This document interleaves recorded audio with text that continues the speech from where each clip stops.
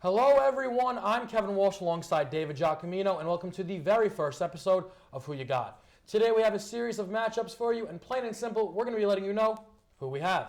The very first topic is a little interesting debate where we have the UFC Women's Champion Ronda Rousey facing off in a matchup with the undisputed champion Floyd Money Mayweather. So Dave, who you got?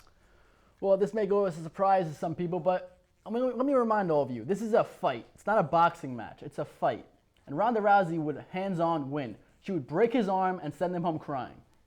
At what point do you feel like she'll actually have the opportunity to take down Mayweather? Mayweather is the best boxer, arguably ever, to grace the planet. That's right, boxer. And he wouldn't have a clue how to stop a takedown. She'd take him down because her takedown is one of the best in the world. She'd take him down and get him in an armbar and break his arm. He's stronger and it doesn't faster. Matter. Like, what do you not understand about that? Mayweather is the better fighter in all aspects. He's the better boxer, and she doesn't need to box him. She doesn't need to punch him. She needs to take him down and then break his arm. She's not strong enough to take him down. Yes, she is. She's very well strong enough. In no shape or form is she. Oh, she runs at him. He's going to just throw one of those haymakers, and she's down. Oh, my God. He's not have enough strong of a punch to throw a haymaker like that. When's the last time? 46-0. When is the last time he knocked somebody out? He wins by strategizing. He's the defensive.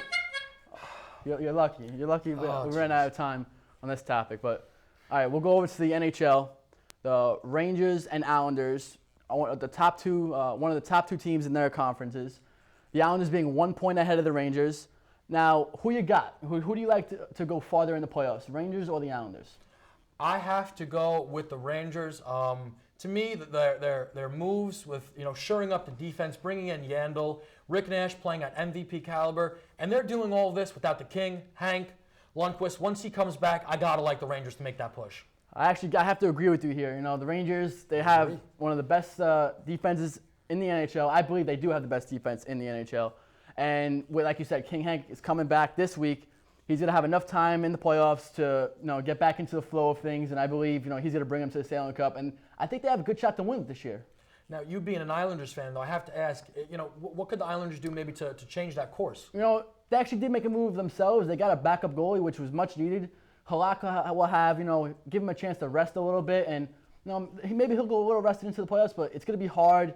Their offensive game is really strong with Tavares leading the way. I think they have a chance. No, they definitely have a chance to beat the Rangers, but it's going to be tough with that defense. Wow, perfect timing. Oh, who would know? Now, the third topic, one that Dave, of course, will be as emotional as it gets about. Mets, Yankees, who will have the better year? Who you got? Starting pitching is the key here, and the Mets have a lot of it, and starting pitching wins games. And that's why I believe the Mets will have a better record than the Yankees this season. The Yankees starting pitching is awful besides the Tanaka, which his arm's just going to fall off any minute now because he didn't have Tommy John. So I believe the Mets will be better than the Yankees. But you're forgetting the return is coming. The return is coming of Tanaka. Tanaka last year was on pace to win the Cy Young. Did you forget that guy, the return of Harvey? That's the real return because he's going to be 10 times better than Tanaka.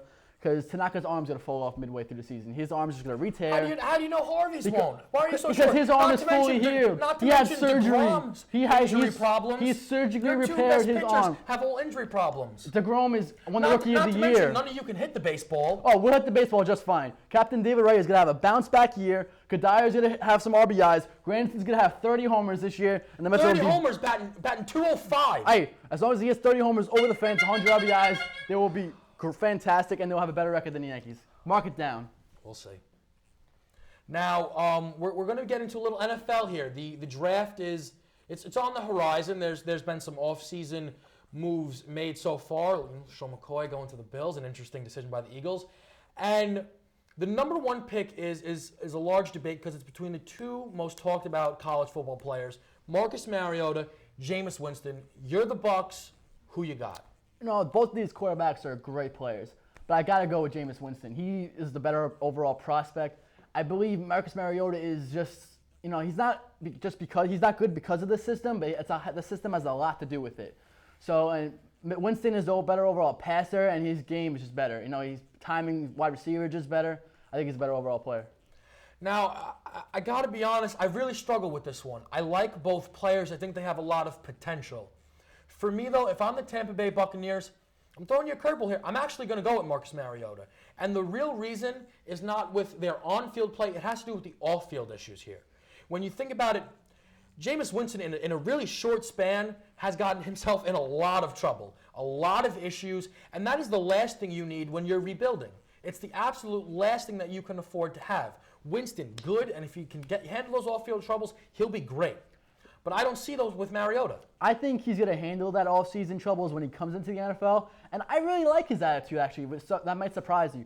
He thinks he's better than everybody else, and I love that. People that come in the NFL and are very confident, that is just a great aspect to have. And I really like that about him. He knows he's great. And when you know you're great, you are great. Okay, now our last topic of the day is one that we've gotten very, very back and forth about here, and it is the NBA MVP debate. Right now, there are two players who really stand out, former teammates actually, and we've narrowed it down here to Russell Westbrook and James Harden. So, Dave, if you're giving out that MVP award right now, who you got?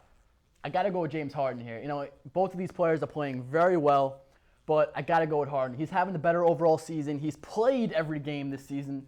Westbrook has missed too much time. Harden is leading the league in points. He hasn't had Dwight Howard for most of the season, and he still has his team third in the conference. So I believe he's having a better overall season, and he's leading his team.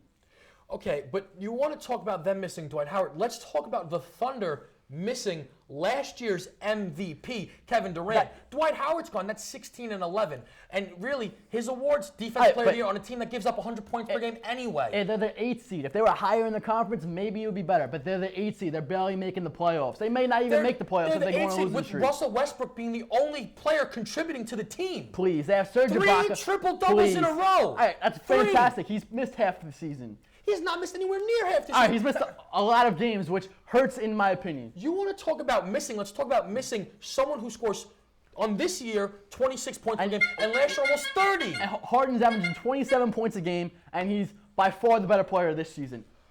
Maybe not the last 2 weeks. You don't give the MVP out for a good 2 weeks. I'm sorry. You don't listen to time, do you, Dave? Well, that's the last topic of the day. It's okay. Now, that is the last topic of the day. I guess we can at least agree on that. Oh, yes. So, Kevin Walsh, David Giacomino, join us here next time on Who You Got.